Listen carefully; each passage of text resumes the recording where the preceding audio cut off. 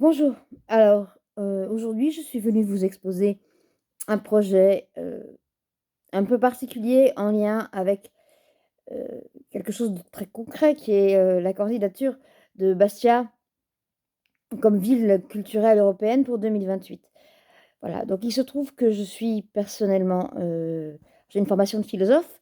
Je suis docteur en philosophie, j'ai été formée en philosophie, formation classique, Cagne, Hippocagne, voilà, ensuite auditrice libre à normale supérieure. Et puis, j'ai passé mon doctorat en philosophie avec, Alain Badiou sur le mensonge et en même temps, j'ai continué à travailler su le oui, à me former, j'allais dire artistiquement, c'est-à-dire que j'étais au cours Simon, j'ai passé le concours du cours, j'ai fait 4 ans au cours Simon, donc j'ai continué à travailler en tant que comédienne, j'ai passé le concours en 94.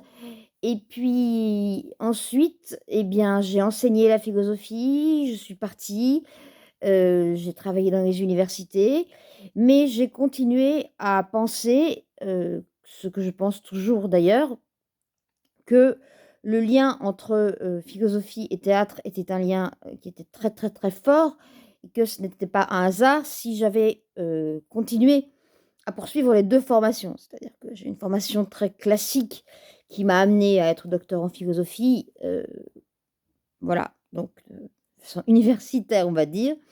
Et puis j'ai continué une formation artistique et y compris à l'université Paris 8 où j'ai continué mes études, où j'ai soutenu ma thèse, en 2004, donc sur le mensonge et heu et ce lien est profond parce que la philosophie et le théâtre sont nés ensemble en Grèce en 2005 et même s'ils sont frères et sœurs ennemis parfois, ils se rejoignent et que si Platon a voulu chasser les poètes de la cité pour fonder la philosophie parce qu'à l'époque, c'était une nécessité ontologique, on va dire, il fallait impérativement garder justement que la poésie dans le grand sens du terme, garde de sa force. C'est parce que la poésie gardait de sa force, et dans l'art, le théâtre, l'art est poétique, le théâtre est poétique, tout ça c'est de la poésie, profondément. Donc c'est une force qui est pendante à la philosophie, qui est, voilà, ce sont des frères ennemis qui ne peuvent que travailler ensemble. Donc voilà, j'ai été formée donc comme comédienne philosophe, j'ai arrêté la formation de comédienne pour reprendre, celle de philosophe, j'ai fini ma thèse et puis j'ai enseigné la philosophie pendant pendant 15 ans et puis, un jour, j'ai ressenti personnellement, dans ma vie, le besoin de revenir à une professionnalisation artistique réelle. C'est-à-dire de pas de dire que enseigner ça sert à rien, c'est très bien, c'est un des plus beaux métiers du monde. Mais voilà, à un moment donné, pour certains, il faut se remettre, en l'occurrence pour moi, se remettre sur les planches et ou se remettre à l'écriture, ce que j'ai fait pour les 2 et ça va ensemble très souvent. Donc j'ai tout arrêté, enfin j'ai arrêté l'enseignement, j'ai créé ma structure de qui s'appelle Écrit et Écritoire, de production littéraire et de production artistique à partir de 2014 et je me suis, réinstallée, ici pour essayer de créer, d'écrire et de voilà, non pas de renier ce que j'avais fait parce que, voilà, je le répète, ce n'est pas une une forme de table rase. C'est de dire, voilà, la scientifique que je suis et que je reste, heu, est aussi une artiste et l'un ne peut ne pas aller sans l'autre et parfois la scientifique aide l'artiste et l'artiste interroge la scientifique. Donc ça, pour moi, ça a été très, très important. Donc le projet dont je voulais vous parler, alors c'est un projet qui est un peu particulier. Le thème donné était enfin le thème proposé était sur l'élection énergétique ou le projet professionnel. J'ai essayé de lier les 2 en me disant, moi j'ai un projet professionnel qui est un projet professionnel artistique, qui est à la fois d'écrire, de continuer à écrire, d'adapter le théâtre, d'écrire des articles, d'écrire du théâtre, de le jouer, de le monter. Mais nous sommes dans un monde où l'énergie, n'est plus, un moyen de production naturel, n'est plus un outil. Voilà, mais est devenu un problème. Donc la question qui doit se poser à tous les artistes aujourd'hui et pas bon, et il se trouve que je me positionne, pour ce projet en tant qu'artiste, mais la question qui doit se poser à tous et y compris aux artistes est: comment fait-on? Comment écrit-on? Comment produit-on? Comment, heu heu, adapte-t-on aussi, hein? Comment produit-on de l'adaptation? Comment fait-on du théâtre d'un autre côté? Et puis comment écrit-on? Comment alors, fait-on du journalisme? Et je reviendrai au journalisme parce que, pour moi d'abord, être journaliste, c'est être écrivain et puis être journaliste, c'est utiliser des moyens de production. Bêtement, machine à à à à écrire, enfin, à produire des papiers, à la chaîne, même si l'internet s'est excessivement développé. Mais jusqu'à quand? Et pourtant on aura besoin de papier, donc il va falloir des alternatives. Moi je me souviens, petite, il y avait des fanzines, ce qu'on appelait des fanzines dans mon quartier. On va peut-être être obligé de revenir à enfin être obligé, non, c'est bien, on va devoir revenir à ça. C'est-à-dire réduire la quantité de production.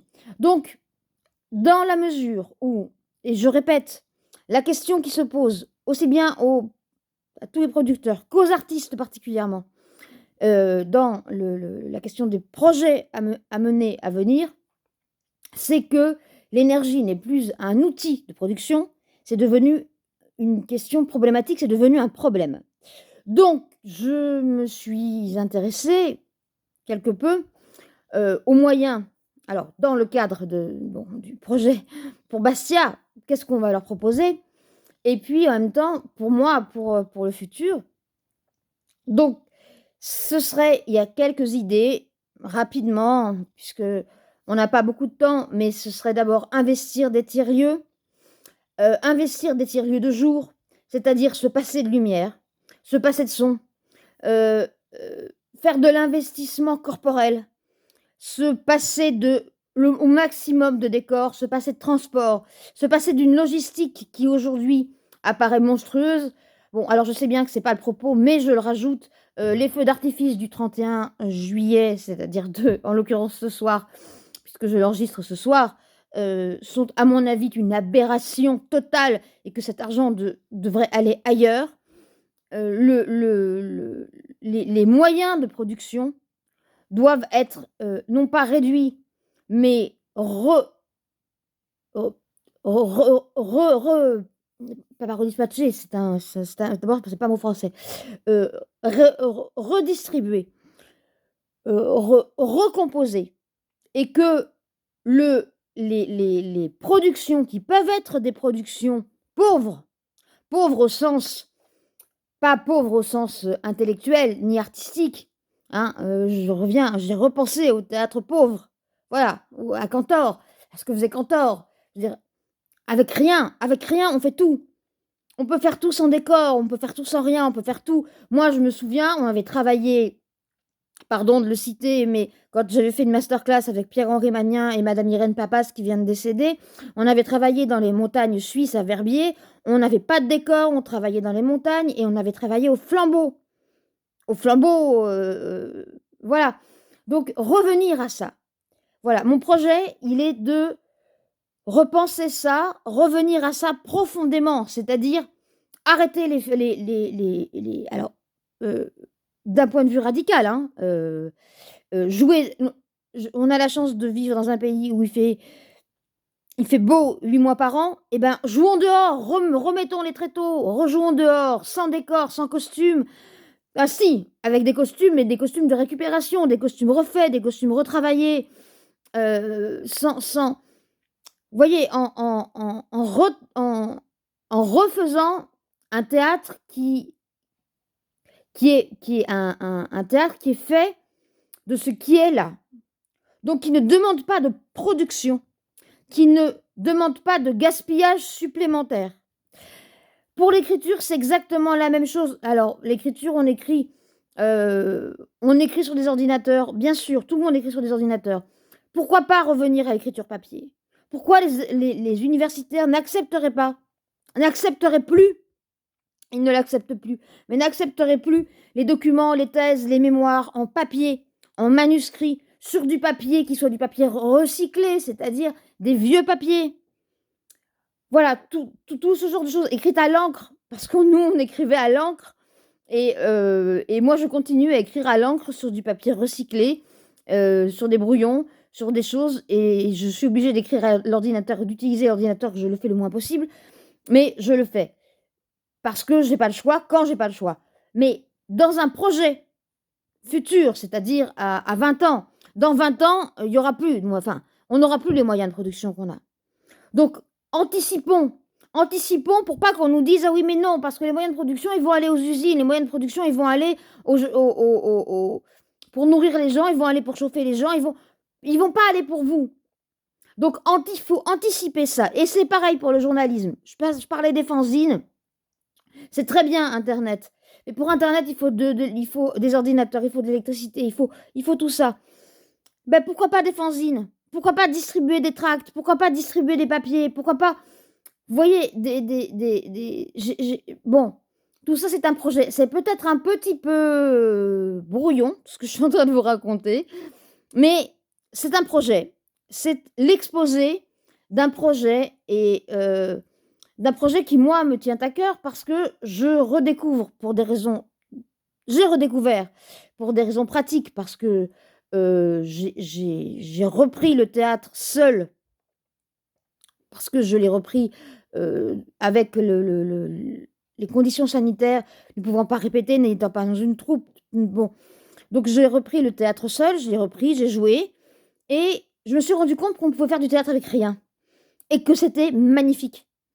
C'était ce qu'il y avait de plus beau. Donc voilà, on peut faire du théâtre avec rien, on peut faire de l'écriture manuscrite, on peut faire de l'écriture, on peut bon, sans aller jusqu'à écrire avec son sang, mais on peut écrire avec, sans imprimer, on peut, diffuser sans imprimer, on peut faire beaucoup de choses, beaucoup, beaucoup de choses qui relèvent, on peut évidemment alors j'ai parlé des flambeaux, j'ai parlé des petites formes. Bon, par exemple dans le théâtre, dans l'écrit, des petites formes, que ce soit dans l'écrit, dans le théâtre, alors il y a un lien pour moi, il y a un vrai lien entre ce que j'écris, ce que je fais, ce que je veux écrire, ce que je veux faire, peut-être parce que je suis aussi adaptatrice, donc il y a un vrai lien pour moi et même quand j'ai des projets de journalisme, j'ai de comptes rendus journalistiques, de de de théâtre comme là j'ai fait un compte rendu journalistique, pour une association en Corse, de l'art il y a, l'été dernier. Bon, je l'ai évidemment, écrit sur internet, mais je l'ai fait, j'allais dire à l'arrache, voilà, très vite, ça s'est passé très vite. Et pour moi, c'est dans l'instantané, voilà. Il faut travailler dans l'instantané. Il y a des choses qu'il faut faire dans l'instantané, très, très vite, dans l'émotion. Parce qu'on a évidemment, si on n'a pas 15 ans de travail ou 20 ans de formation derrière, c'est pas possible. On s'improvise pas écrivain et on s'improvise pas comédien. Mais si on les a derrière, on peut le faire et ça passe et ça marche et tout d'un coup ça diffuse et ça fonctionne. Et je pense que c'est pour ce type de projet qu'il va falloir se battre, à partir de maintenant, à partir d'aujourd'hui alors, du point de vue artistique, pour défendre la candidature de artistique d'une ville, d'une région, d'une personne, de qui que ce soit, mais pour défendre, nos vies, il va falloir se battre sur qu'est-ce que la pauvreté dans le sens qu'est-ce que l'économie dans le grand sens du terme. Voilà. De quoi ne peut-on absolument pas se passer et de quoi peut-on radicalement se passer on ne peut pas se passer d'art, on ne peut pas se passer de littérature, on peut se passer de tout le reste. Je vous remercie infiniment.